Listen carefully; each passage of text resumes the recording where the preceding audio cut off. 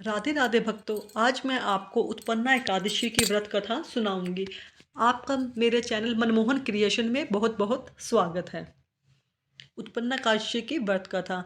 जय श्री कृष्णा, जय श्री राधे। आज मार्गशीर्ष मास के कृष्ण पक्ष की एकादशी तिथि है। इस एकादशी को उत्पन्ना एकादशी के नाम से जाना जाता है। कुछ स्थानों पर इसे उत्पन्ना ग्यारस भी कहते हैं। आज ही के दिन भगवान श्री हरि विष्णु के शरीर से एक देवी का जन्म हुआ था।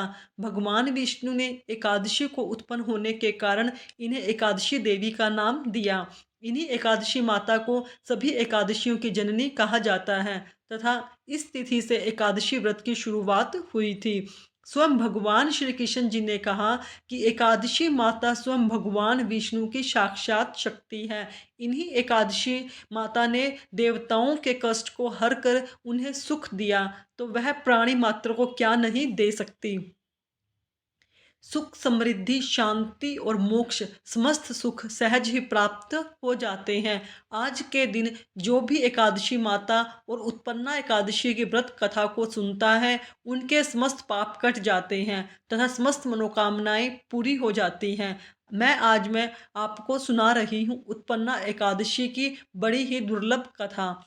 इस कथा को सुनने के बाद भगवान विष्णु और माता की कथा को अवश्य सुनिए सुनिए। तो आइए बड़ी ही श्रद्धा और प्रसन्न चित मन भाव से भगवान श्री लक्ष्मी नारायण जी के चरणों का ध्यान करते हुए इन कथाओं को सुनते हैं।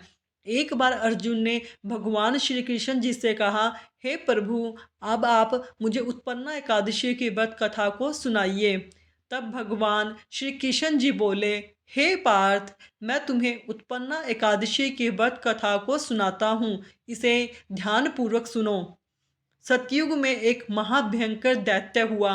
उसका नाम मुर था। उस दैत्य ने इंद्र आदि देवताओं पर विजय प्राप्त कर उन्हें उनके पद से हटा दिया। तब इंद्र ने भगवान शंकर से प्रार्थना की, हे भोलेनाथ, हम सब देवता मुर नामक दैत्यों के अत्याचारों से दुखी होकर मृत्यु लोक में अपना जीवन व्यतीत कर रहे हैं। राक्षसों के भय से हम बहुत दुख और कष्ट भोग रहे हैं। मैं स्वयं बहुत दुखी और भयभीत हूँ। अन्य देवताओं की तो बात ही क्या है। अंततः हे कैलाशपति, कृपया कर आप मुर्दैत्य के अत्याचार से बचने का उपाय बताइए। देवराज इंद्र की प्रार्थना सुनकर शंकर जी ने कहा, हे देवेंद्र, आप भगवान श्री हरि के पास जाइए। मधु कैटभ का संहार करने वाले भगवान विष्णु देवताओं को अवश्य ही इस भय से मुक्त करेंगे। महादेव जी की आज्ञा के अनुसार इंद्र तथा अन्य देवता क्षीर सागर गए, जहाँ पर भगवान श्री हरि विष्णु शेषशय्या पर विराजमान थे। इंद्र सहित सभी देवताओं ने भगवान विष्णु के समक्ष उपस्थित होकर उनकी स्तुति की और बोले, हे तीनों लोकों के स्वामी, आप स्तुति करने योग्य हैं। हम सभी देवताओं को आपको कोटि कोटि प्रणाम है। हे दैत्यों के संहारक, हम आपकी शरण में हैं। आप हमारी रक्षा करें। हे त्रिलोकी पति, हम सभी देवताओं दैत्यों के अत्याचारों से भयभीत होकर आपकी शरण में आए हैं। इस समय दैत्यों ने हमें स्वर्ग से निकाल दिया है और हम सभी देवता बड़ी ही दयनीय स्थिति में मृत्यु लोक पर विचरण कर रहे हैं। अब आप ही हमारे रक्षक हैं, हमारी रक्षा कीजिए। हे कैलाशपति, हे जगन्नाथ, हमारी रक्षा करे। देवताओं की करुण पुकार को सुनकर भगवान श्री हरि बोले, हे देवगणों, वह कौन सा दैत्य है जिसने देवताओं को जीत लिया है। आप सभी देवगण किसके भय से मृत्यु लोक में भटक रहे हैं। क्या वह दैत्य इतना बलवान है जिसने इंद्र सहित सभी देवताओं को जीत लिया है। तुम निर्भय होकर मुझे सब हाल बताओ।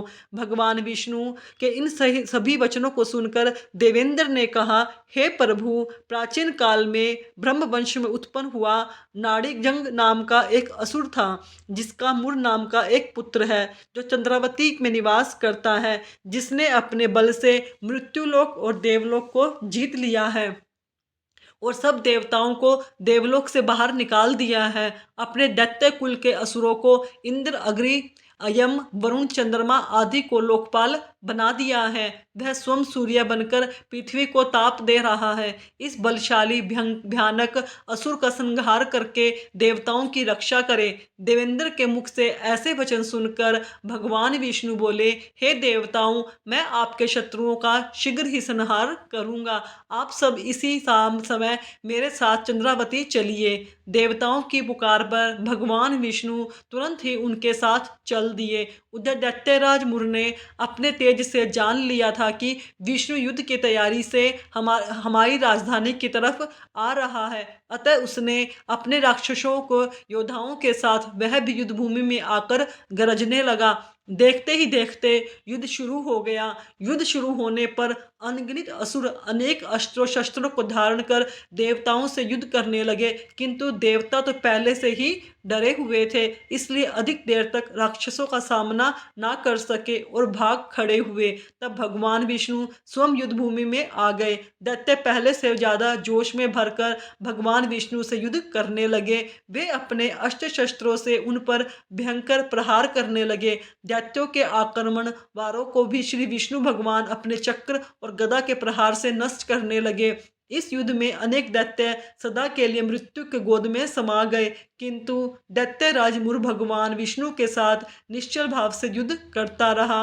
उसका तो जैसे अभी बाल भी बांका नहीं हुआ था। वह बिना डरे युद्ध करता रहा था। भगवान विष्णु मुर को मारने के लिए जिन जिन शस्त्रों का प्रयोग करते, वे सब उनके तेज से नष्ट होकर उस पर पुष्पों के समान गिरने लगते। अनेक अस्त्रों शस्त्रों का प्रयोग करने पर भी भगवान विष्णु उससे जीत नहीं सके। तब वे आपस में मल युद्ध करने लगे। भगवान श्री हरि उस असुर से देवताओं के लिए 1000 वर्ष तक युद्ध करते रहे, किंतु उस असुर से जीत नहीं सके।